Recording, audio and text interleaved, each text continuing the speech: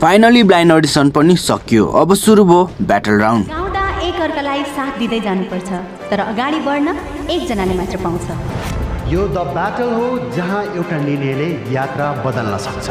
चारै कोचहरूले पाए आफ्नो 16 ट्यालेन्ट। जति दुःख गरेर एक कोचले यी 16 ट्यालेन्टलाई आफ्नो टिममा भित्राएको थियो, अब त्योभन्दा पनि बढी दुःखका साथ यी 16 ट्यालेन्ट मध्ये आधा यानि कि 8 ट्यालेन्टलाई विदाय गर्नुपर्छ अब ब्याटल राउन्डमा। अहिले चारै कोचको टिममा 16 जना यानि कि टोटल 62 जना ट्यालेन्टहरू छन्। अब यी 62 जना मध्ये 32 जना को घर फर्किन्छ त्यो त म भन्न सक्दिनँ, तर केही यस्ता ट्यालेन्टहरू पनि छन् जुन ब्याटल राउन्ड कटेर अघिल्ला राउन्डहरूमा पनि जाने सम्भावना एकदमै धेरै छ यी ट्यालेन्टहरूको।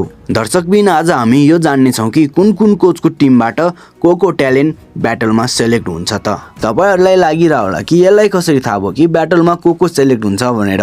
यदि तपाईँहरूको मनमा यो प्रश्न उठिरहेको छ भने पक्नुस्, म त्यसको पनि उत्तर दिएर मात्र अघि बढ्नेछु। मैले कुन आधारमा को ट्यालेन्टहरू ब्याटलमा सेलेक्ट भएर अघि बढ्छ भनेर भन्नुपर्दा त्यो आधार हो ट्यालेन्टको गायकी हो। दर्शकबिन प्रत्येक कोचको टिममा 3-4 जना यस्तो धुरान्दार ट्यालेन्टहरू छन् जसले उत्कृष्ट गाउने गर्छ र ती उत्कृष्ट गाउने ट्यालेन्टहरू नै हुन् जुन ब्याटलमा सेलेक्ट हुने। मैले यो ट्यालेन्टले उत्कृष्ट गायो र यो ट्यालेन्टले चाहिँ एभरेज गायो भन्ने उनीहरूले ब्लाइन्ड अडिसनमा चेयर टर्न गरेको आधारमा भनेको होइन। 4 चेयर घुमाएको चाहिँ राम्रो, एउटा 2टा चेयर घुमाएको चाहिँ ठिकठाकको एभरेज ट्यालेन्ट हो भन्ने आधारले छुटाएको होइन। कुनै ट्यालेन्टले 4 चेयर टर्न गरेको छ तर उसको गायकी भनी एभरेज छ, कुनै ट्यालेन्टले एउटा र 2टा चेयर घुमाएको छ तर उसको गायकी भनी एकदमै उत्कृष्ट छ। यस कारणले मैले कुन ट्यालेन्ट राम्रो र कुन ट्यालेन्ट एभरेज भनेर उनीहरूले चेयर टर्न गरेको आधारमा भन्दिनँ, भन्छु त केवल उनीहरूको स्वर, साधना, सङ्घर्षको आधारमा। म लगायत मेरो टिमले रिसर्च गरेर एउटा लिस्ट बनाएको छ जुन लिस्ट भित्र नाम भएको ट्यालेन्टहरू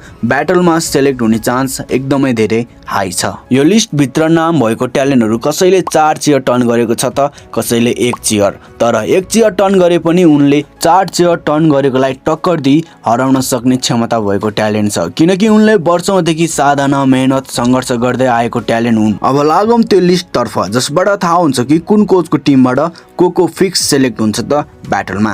सुरुवात गरौँ प्रमोद खरेलबाट। प्रमोद खरेलको टिमबाट ब्याटलमा सेलेक्ट हुने ट्यालेन्टहरूको नाम यस प्रकार रहेको छ: पुनम गुरुङ, सञ्जिता विश्वकर्मा, भविका पुन, विक्रम कार्की, बुनु परियार। यी 4 ट्यालेन्टहरू हुन् जुन टिम प्रमोदबाट ब्याटलमा सेलेक्ट हुनेछ। यी बाहेक अरू को ट्यालेन्टहरू सेलेक्ट हुन्छ त्यसको लागि त ब्याटललाई हेर्न पर्छ हामीले। यसै गरी अर्को कोच तर्फ जाउँ जुन कोचको टिमबाट को ट्यालेन्टहरू सेलेक्ट हुन्छ भनेर हेर्नलाई। यसपालि भने खेमको टिममा अलिक बढी नै राम्रो ट्यालेन्टहरू देखेको छु मैले अरू कोचको तुलनामा। ल अब हेरौँ को ट्यालेन्टहरू चाहिँ सेलेक्ट हुन्छ त कोच खेमको टिमबाट। दिनेश परियार, सागर संसार राई, धर्मेन्द्र सुनार, छिरिङ शेर्पा, कुमार राणा पहेली, शिवन महर्जन र सागर तामाङ। यी ट्यालेन्टहरू नै हुन् जुन कोच खेमको टिमबाट ब्याटलमा सेलेक्ट हुने चान्स छ। यसै गरी अर्को कोच मेलिना राई। मेलिना राईको टिमबाट ट्यालेन्टहरू को ब्याटलमा सेलेक्ट हुन्छ भनेर भन्नुपर्दा सञ्जिता दोरा, प्रवीण अवाल, प्रणिता तामाङ, अञ्जना मगर। यी ट्यालेन्टहरू नै हुन् जुन कोच मेलिनाको टिमबाट ब्याटलमा सेलेक्ट हुनेछ र बाँकी ट्यालेन्टहरूको पनि बराबर चान्स छ किनकि अरू ट्यालेन्टहरू सबै एभरेज जस्तै छ जो पनि सेलेक्ट हुन सक्छ ब्याटल राउन्डमा। अब जाउँ अन्तिम कोच तर्फ जुन कोचलाई जियोजो भनेर चिनिन्छ यानि कि हाम्रो राजु लामा। आउनुहोस् हेरौँ राजु लामाको टिमबाट चाहिँ को ट्यालेन्टहरूको चान्स छ त ब्याटलमा सेलेक्ट हुने। ओङमु शेर्पा, रचना तामाङ, नितु मगर, कारसाङ शेर्पा, बालमुकुन्द अवाल र प्रतीक्षा राई। यी ट्यालेन्टहरू नै हुन् जुन कोच राजुको टिमबाट ब्याटलमा सेलेक्ट हुनेछ। यहाँसम्म आइपुग्दाखेरि एउटा कुरा क्लियर गर्न चाहे मैले लिएको यी सबै नामको ट्यालेन्टहरू 100% ब्याटलमा सेलेक्ट हुन्छ भन्ने छैन, तर अरू ट्यालेन्टहरूको तुलनामा 70 to 80% चान्स छ कि यी ट्यालेन्टहरू ब्याटलमा सेलेक्ट हुने। अर्को एउटा चान्स यो पनि छ कि मैले भनेको ट्यालेन्टहरू ब्याटलमा सेलेक्ट नहुन सक्ने। 2टा राम्रा ट्यालेन्टहरू एक आपसमा ब्याटल गराइदियो भने त्यो 2टा मध्ये एउटा ट्यालेन्ट जसरी नै आउट हुनै पर्छ। यो कुरालाई उदाहरण सहित भन्नुपर्दा कोच खेमको टिममा रहेको 2टा राम्रा ट्यालेन्टहरूलाई लिम